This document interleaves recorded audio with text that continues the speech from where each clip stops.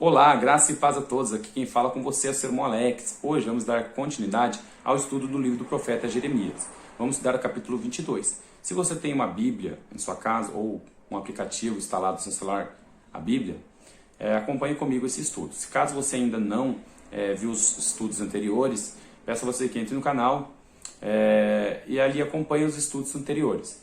Caso você goste de conteúdo, peço a você que se inscreva no canal, compartilhe com seus amigos e familiares. Vamos ao estudo do capítulo 22 do profeta Jeremias. O capítulo 22 do profeta Jeremias, até o versículo 17, ele vai falar sobre Josias e Joacás, seu filho. Primeiramente, Deus manda Jeremias entrar na casa do rei de Judá. Nessa época quem estava reinando era Joacás, em algumas traduções você vai achar Jeconias ou Salum. Na minha tradução está aqui como Salum. Porém é Joacás. Ele entra na casa do rei, no palácio, e profetiza contra o rei Joacás, dizendo a ele que deveria andar conforme a vontade de Deus. O que era a vontade de Deus aos reis, né? E a nós hoje em dia? Abençoar os órfãos, as viúvas, sustentá-los, ajudá-los. Era esse o propósito do rei, governar o povo com justiça, não derramar sangue inocente. Porém, Joacás não está fazendo nada o que era correto diante dos olhos do Senhor. Porém, estava andando segundo o propósito do seu coração, querendo se enriquecer, querendo construir palácios e casas com madeira de cedro, ter status. Essa era a verdade, nós vamos ver aqui um pouquinho mais para frente. Mas queria trazer um fator interessante. Aqui ele cita sobre Josias. Foi o último rei de Israel, de Judá, né, que fez o que era correto aos olhos do Senhor. Eu corrigi aqui Israel e Judá, porque os reinos foram divididos, né? O reino de Israel, Samaria ali, praticamente todos os reis fizeram o que era mal aos olhos do Senhor. Porém, no lado sul, que é o rei de Judá, eles que eram descendentes de Davi, fizeram o que era correto aos olhos do Senhor. Alguns intercalavam ali o que faziam certo e o que não faziam. É como nós vimos aqui. E Josias foi o rei que consertou a casa do Senhor, que consertou a doutrina do povo, colocou o povo de novo fazendo a vontade do Senhor, derrubou os ídolos que foram levantados, fez uma reforma em Judá. E essa reforma aconteceu após Josias ter feito uma reforma na casa do Senhor, onde ele foi achado o livro da lei. E foi lido ao rei esse livro da lei. E o rei viu que como o povo estava andando não estava conforme a vontade de Deus. Interessante, essa reforma trouxe à luz esse livro da lei, onde o rei pôde ver os erros que estavam sendo cometidos por ele e pelos líderes e pelo povo. O fato interessante é que nós, hoje em dia, temos que fazer essa reflexão em nossa vida, essa reforma. Assim como Josias reformou a casa do Senhor e foi encontrado esse livro, nós temos que fazer uma reforma na nossa vida espiritual, nossa vida familiar, nossa vida financeira. Nós temos que parar e fazer uma reforma, olhar as brechas na nossa vida espiritual, orar, ver se nós estamos orando, ver se nós estamos meditando a palavra do Senhor, ver como está a nossa comunhão com Deus, se nós estamos buscando a face de Deus. Fazer essa reforma na vida espiritual, dedicar mais tempo em oração, em jejum, em leitura da palavra de Deus, para a nossa edificação espiritual. Na nossa reforma familiar, temos que ver como estamos tratando nossos filhos, nossos pais, nossos parentes, nossa esposa, nosso esposo. Nós temos que dar essa olhada, fazer essa reforma, parar um pouco nessa vida corrida que nós vemos e analisar um pouco como estamos vivendo nossa vida espiritual, nossa vida familiar e nossa vida financeira.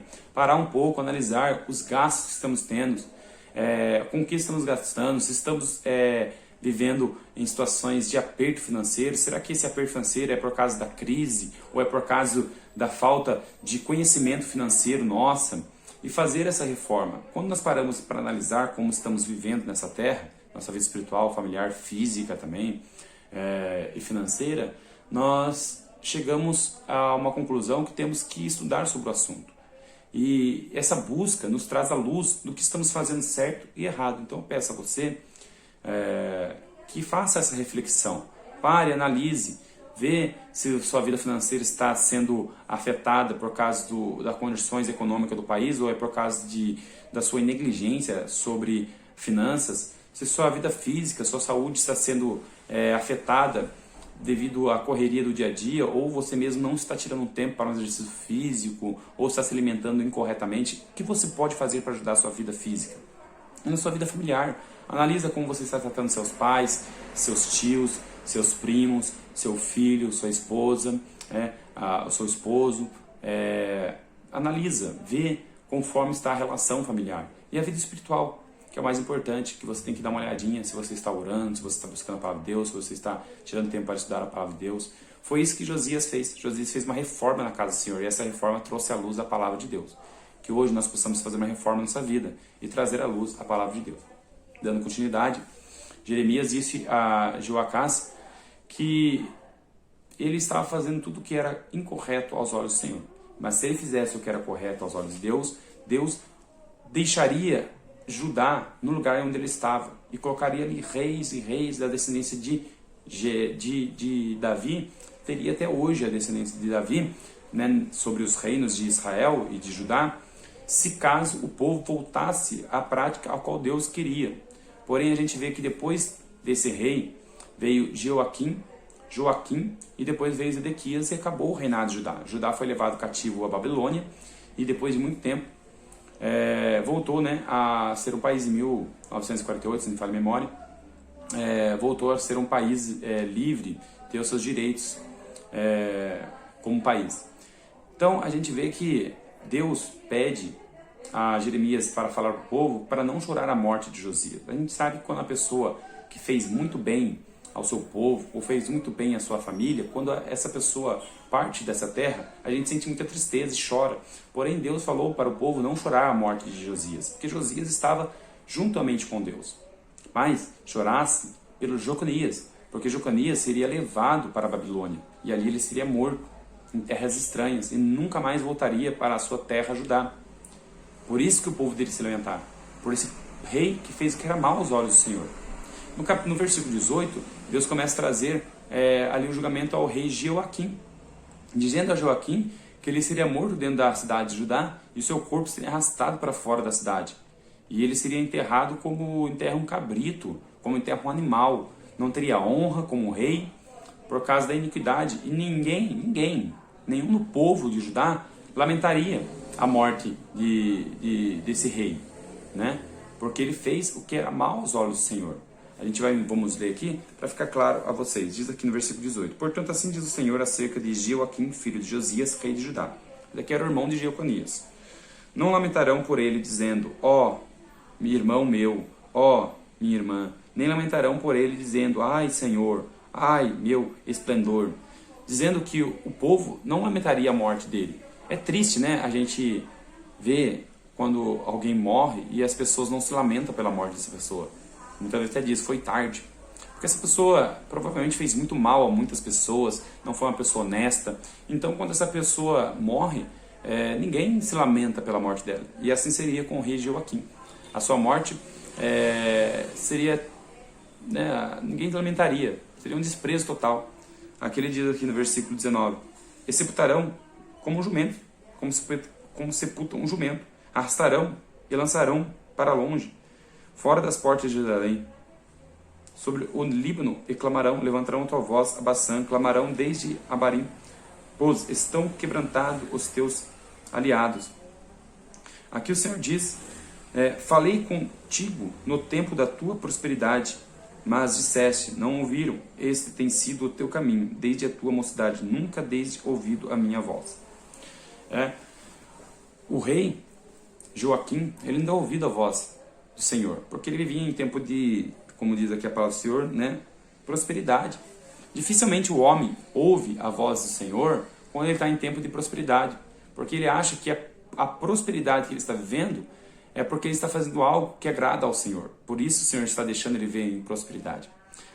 Vamos retornar aqui um pouquinho, no versículo 13, diz assim: ai daqueles que edificam sua casa com injustiça e os seus aposentos sem direito, que não pagam o salário dos seus trabalhadores, e diz: edificarei a minha casa espaçosa, larga, farei amplas a janela, forrarei de cedro e pintarei de vermelho. Reinarás tu só porque procuras exceder no uso de cedro?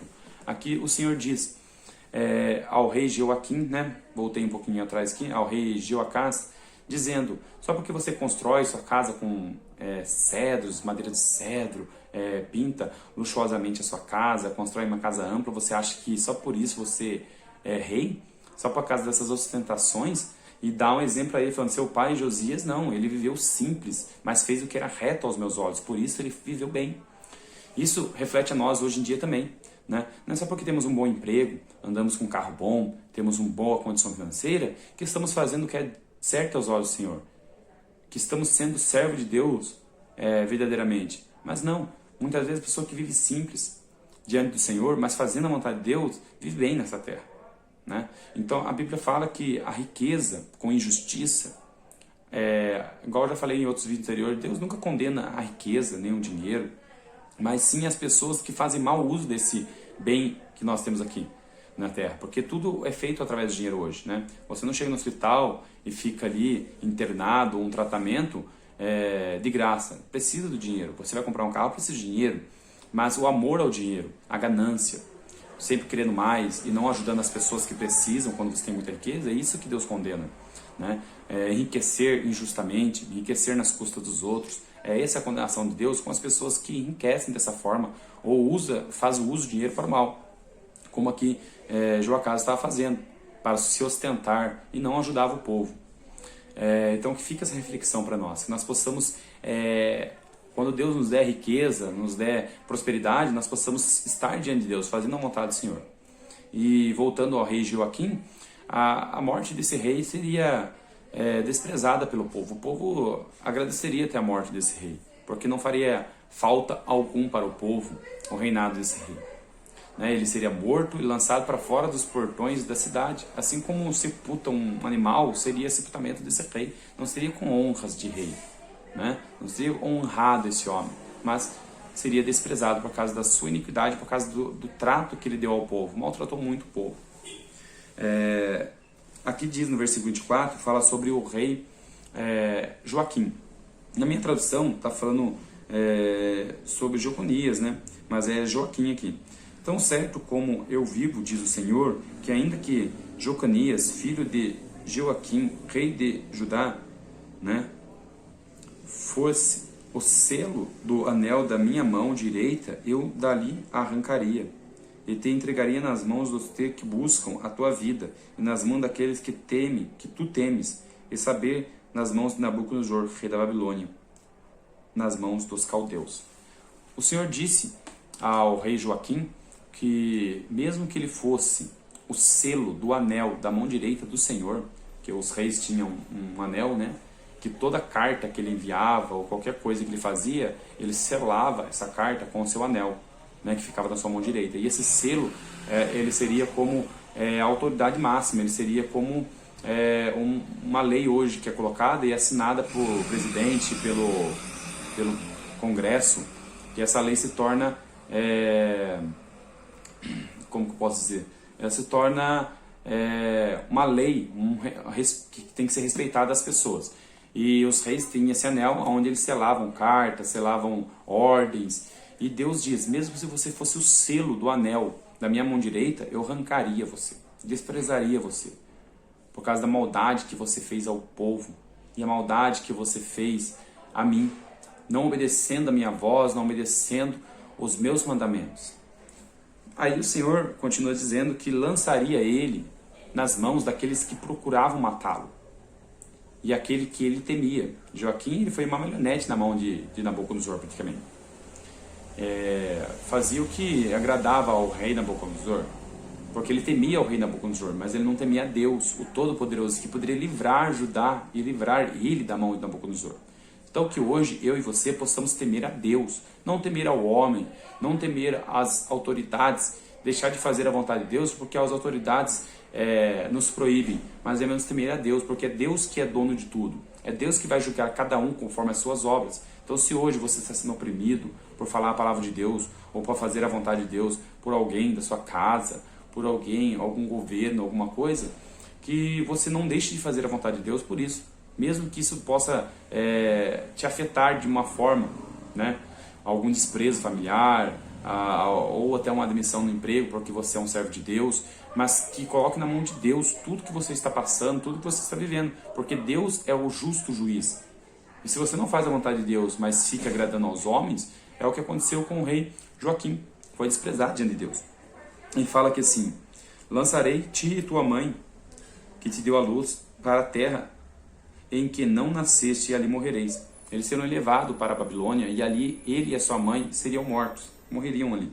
A terra para a qual ao vejam voltar, porém, para lá jamais tornarão, dizendo que eles nunca mais voltariam a Judá, mas seriam levados cativo e ali morreriam.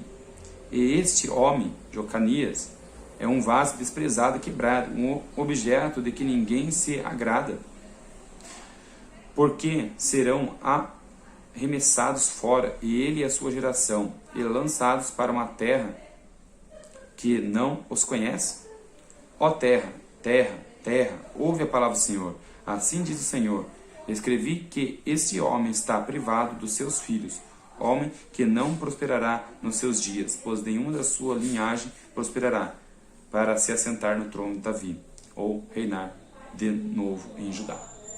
Dizendo que o rei Joaquim, ele e os seus filhos não reinariam, não assentariam no trono, não seriam mais reis, e seriam a sua geração, e a sua vida, a sua prosperidade seria acabada por causa do egoísmo do seu coração.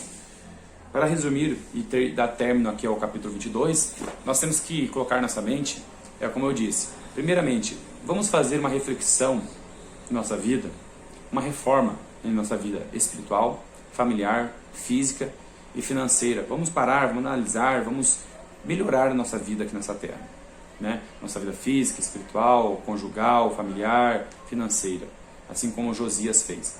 O Senhor vai nos ajudar a viver uma vida tranquila, com saúde espiritual, física, mental, saúde familiar, na presença de Deus. Vamos não nos ostentar como Josias, né, Joacás fez, ostentando porque construía casas amplas, abusava do cedro, né, para construir as suas janelas, suas portas, suas colunas, se achando rei porque tinha poder. Nós não podemos colocar um rei dentro da nossa barriga, achar que podemos desprezar as pessoas só porque temos um cargo melhor na empresa, só porque temos mais dinheiro, temos uma condição financeira melhor, temos um conhecimento melhor. Não desprezar as pessoas e querer nos ostentar, mas sim fazer igual Josias fez, viver uma vida simples, mas diante da presença de Deus, né? E lembrando que não é pecado ser rico ou buscar uma riqueza, sendo que ela seja justa e honesta através do seu trabalho, não explorando as outras pessoas, que isso é agradável aos olhos do Senhor. E que nós não podemos cometer os erros que esses reis cometeram e ser levado ao fim ao que eles levaram. Os erros desses reis foram fazer o que era vontade do seu próprio coração, não a vontade de Deus. Então que hoje nós possamos orar a Deus, para que Deus possa nos mostrar qual é a sua vontade. E nós achamos a vontade de Deus na palavra dele, na Bíblia, nas Escrituras. Aqui encontramos a palavra de Deus, o que é certo nós fazemos. E não vamos seguir a líderes religiosos que com muitos dogmas, com muitas regras, tentam oprimir o povo, dizendo que você pode ou não fazer. Mas o Espírito é livre, o Senhor habita nos nossos corações. Templo feito por mão de homens, a Bíblia fala que Deus não habita em templo feito por mão de homens, né? Então é um caso a ser pensado, que Deus não habita em templos feitos por mão de homens, mas a Bíblia fala que vós sois o templo do Espírito Santo, onde o Espírito Santo habita em vós. Então sabemos que eu e você é o templo do Espírito Santo, né? E não vamos deixar de ser iludido por essas pessoas que estão em púlpitos, em quatro paredes, dizendo a você o que você pode ou não pode fazer. Mas a palavra é clara. Aqui na palavra do Senhor, ela sim mostrará para nós. Assim como Jesus falou aos seus discípulos que daria o Espírito Santo, o Espírito Santo falaria e mostraria a eles o que eles deviam fazer. Assim eu e você também. Não precisamos de homens para dizer para nós o que devemos ou não devemos fazer, mas precisamos do Espírito Santo de Deus em nossas vidas para nos mostrar o que devemos fazer, o que é reto aos olhos do Senhor. Que nós não possamos ser dominados como esse povo de Judá foi dominado por esses reis, aonde levou eles às perdições.